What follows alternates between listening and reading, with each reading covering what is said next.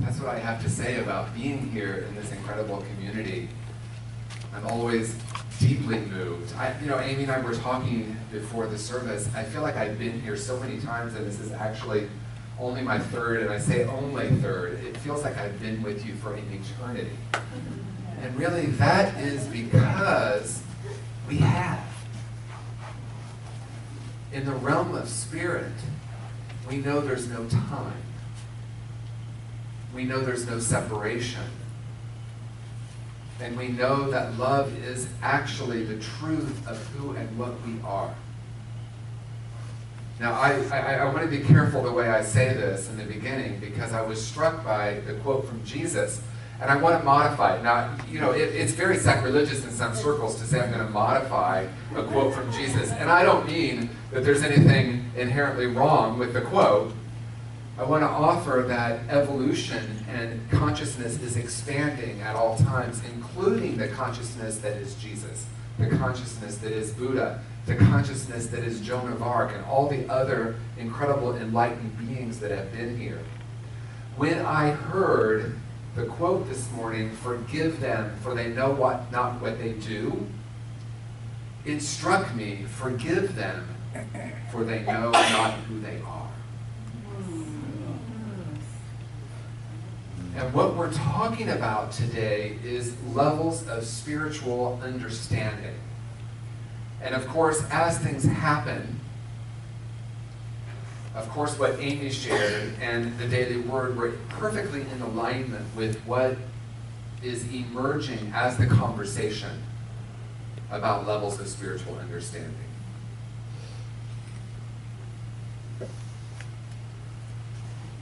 There's a lot happening in our world right now, as there always is. I read something recently that said, this has always been happening, the difference now is we all have cameras. And I think that's really true, because what's happening is as we evolve and as we wake up, technology is allowing us to take a look. At what's going on. And what I'm really here today to be with is this idea and this knowing that there is the invisible realm of existence and the visible realm of existence. And that in the visible realm of existence, there's a whole lot of things happening that we might call horrific. And in the invisible realm, we recognize that there is wholeness and perfection and oneness. See, even words are limited. In the invisible realm, there is that place within each of us that is unharmable and unharmed. What happens is when we make a shift from living in the visible realm to living from the invisible realm, everything changes. And I'm going to say it again because I was careful the way I said that. When we shift from living in the visible realm to living as the invisible realm. And that's different than living in the invisible. And so there's a whole lot of talk right now about transformation and about awakening, and that it's an incredible time to live on this planet in terms of the awakening of human consciousness. And then there's all this other stuff happening. It boggles the mind. It boggles my mind. And what I recognize is that this is not about figuring this out in our minds. That when we tap into the invisible realm, that knowing of the truth of who and what we are, we can actually move into a place of forgive me for I know not who I am. Because absolutely everything that has happened in my life has been either me knowing the truth of who and what I am and living as that, or having, as we say in unity teachings, error thinking. I could maybe modify that language. But it's the idea, not that there's something wrong here, but that I have forgotten the truth. And can it be that simple? I actually say yes. And it can't be that easy. I said yes as well. Now, a lot of us are carrying around a story that it's simple but not easy. And as long as I believe that story, it's simple and not easy.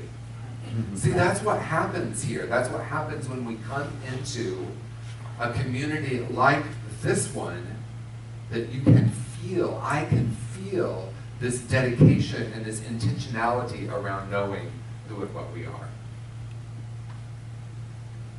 And then we walk around also with this human body, this ego suit, if you will, that's filled with thinking and physicality and ideas of rightness and wrongness.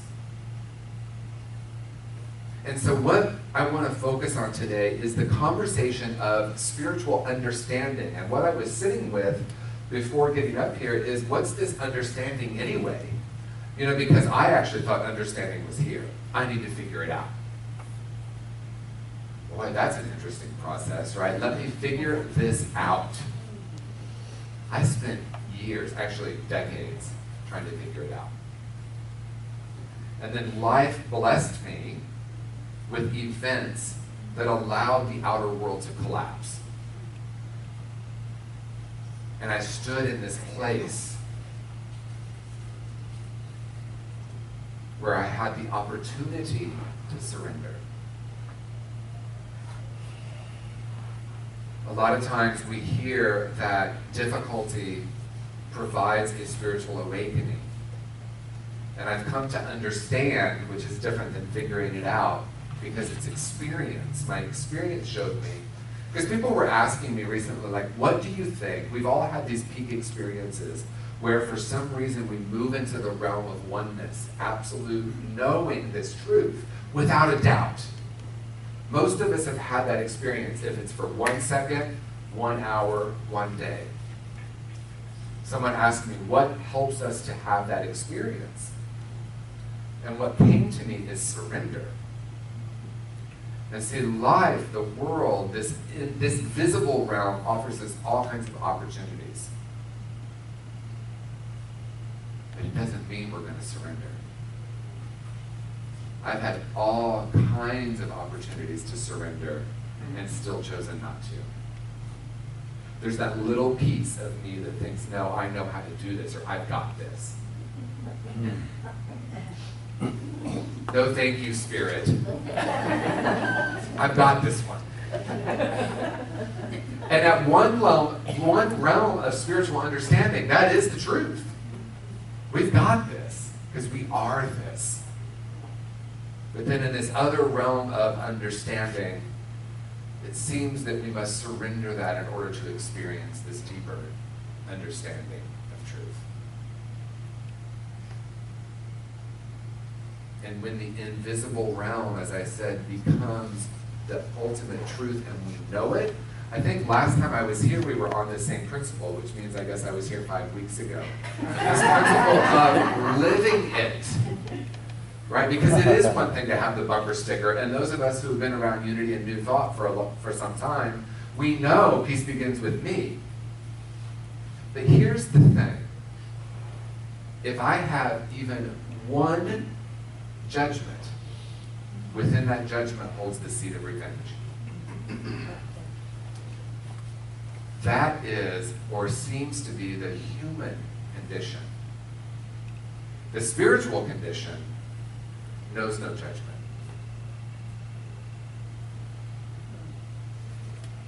So once I have decided that there's something wrong here, there's an idea of revenge planted within that.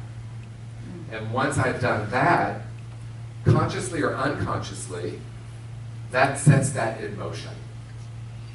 So I want to bring it into the room and bring it into real life experiences. We have an epidemic in our country right now around race and race relations.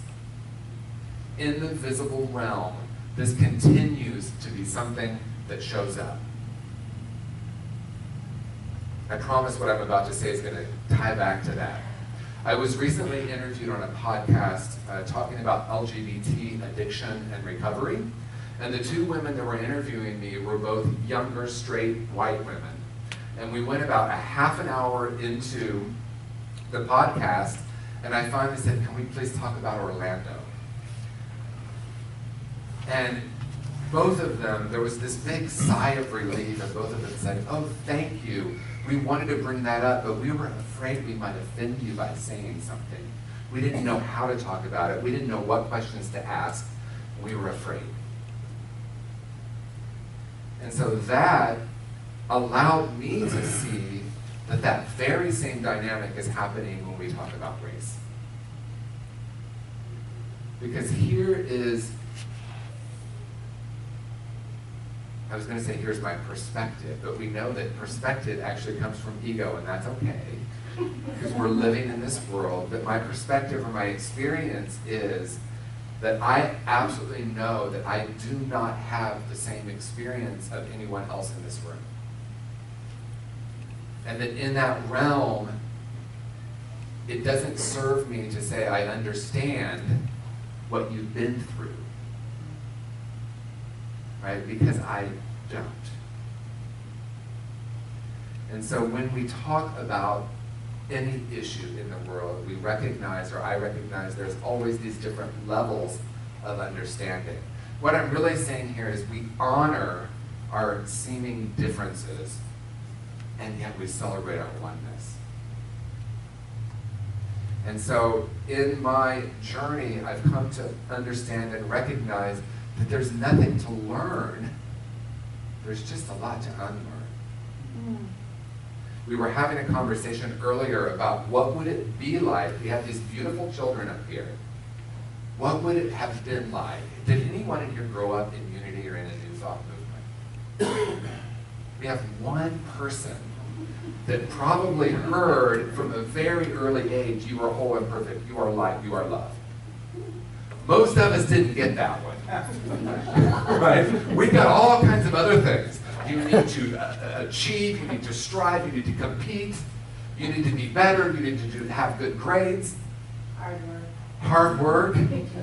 Life is hard work. I mean, right now, see, it comes easy to us when we start thinking about all those things that we were taught. So my experience was I came into this world absolutely present.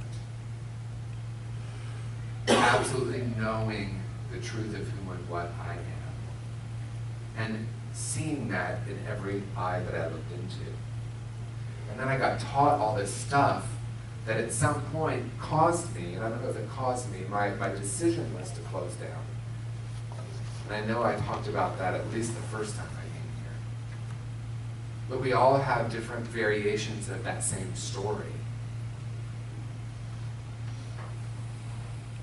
And so the spiritual journey is about understanding this invisible realm fully and also honoring what's happened in the visible. And as we honor what's happened in the visible, we have the courage to have these conversations about race, about gender, about sexual orientation, those things about ourselves, about each other that seem to be separate. And so as we talk about it, we're in conversation about what the world needs right now, it needs each of us to wake up to the truth of who and what we are. Because as each of us do that, the world shifts. At Awakened Living, which is our spiritual community in San Francisco, our topic this month is what if? And then each week we're exploring a different question. And today, Reverend Joan, who many of you know, is speaking there today. And her question is, what if we could change the world?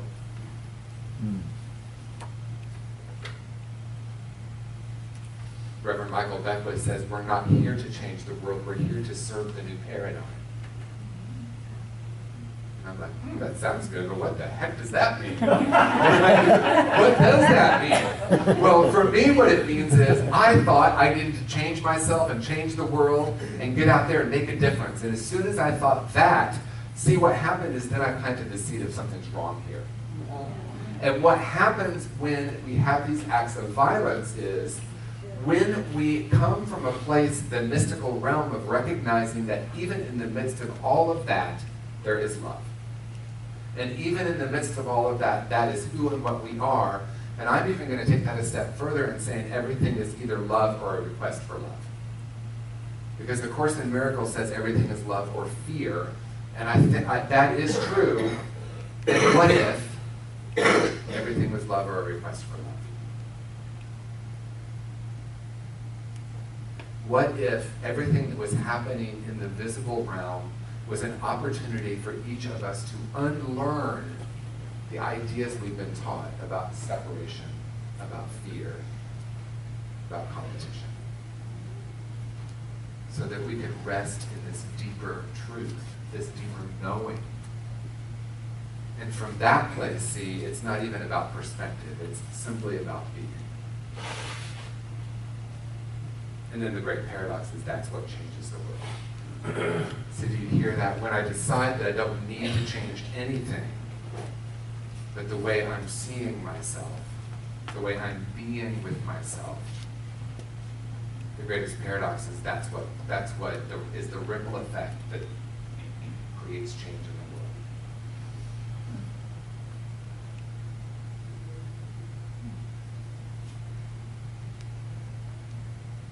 So my invitation for each of us today in this moment is to ask, what is one belief or one idea, because we can start very simple and right in this moment. What's one belief I've been carrying around about myself and the world that I'm willing to unlearn and live beyond?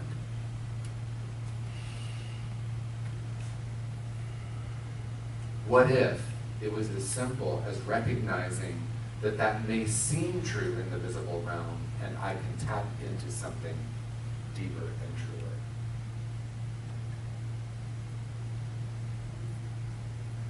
And what if community was simply about reflecting that fact and providing a space with compassion and understanding for each of us to have the courage to talk about those parts of ourselves, those ideas we have that keep us separate, so that we can let go of those and rest in this deeper truth.